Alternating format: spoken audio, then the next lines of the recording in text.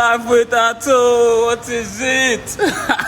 Forgive me for the delay, it will all make sense soon, but life without day 42, day in the life of a Corper in Lagos. And today I was headed to church with my parents.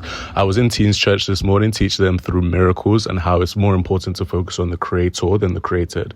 We have a tendency to focus on what we can get rather than investing in that relationship. But speaking of what we can get, I got a bottle of champagne from my uncle for finishing NYC. So thank you very much, Uncle Annie. Then headed to Boat Club with my parents for lunch.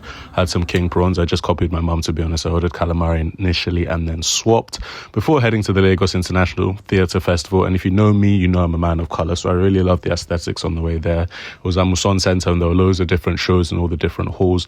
We went for the Stories of Africa because my auntie was putting on a show and it was really amazing. It was called Africa Uninterrupted, the Stories of Us. The key theme was about embracing our culture and not being overly consumed with this idea that things from the West are better, because there tends to be that big issue in Nigeria and in Africa as a whole. So this was a really great show. It was informal, interactive, and you know what? It's not everyday club. It's not everyday lifestyle. Sometimes you should do things that are more nourishing to the soul. So I'm really glad I went. This specific one that's showing right now was about music and our instruments. The beat that could be heard underneath the water as the waves crashed. When they stole our sound and told us that if it wasn't a piano, it wasn't good enough. And I'd be lying if I said I wasn't inspired. As you can see from these glimpses, Auntie Winnie is an incredible storyteller.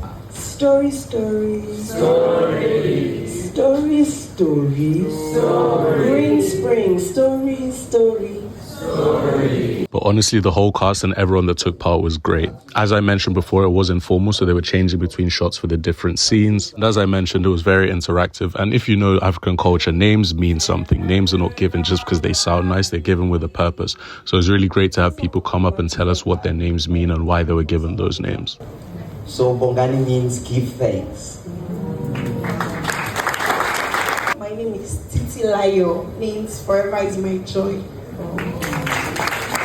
But yeah, shout out to Auntie Winnie and the rest of the cast. And I would encourage everyone to look at Lagos' social calendar and look for events like this. Because if you rely on the Nigerian national team for your joy, no matter how many sports you watch, you will be left with disappointment. Because this is how my night finished. It was such a deep-rooted pain that's so hard to put to words. Even now, I'm just like, we're actually not going to the biggest World Cup ever. They don't just... It's actually... Have a good day.